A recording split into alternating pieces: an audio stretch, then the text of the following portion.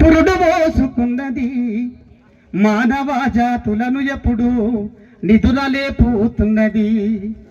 దాని పేరే డప్పురా, అది మోగెదరువుల నిప్పురా.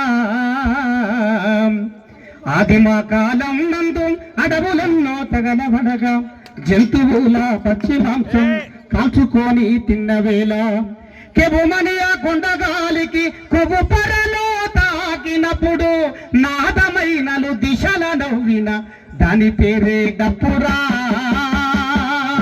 అది మోగెదరువుల నిప్పురా.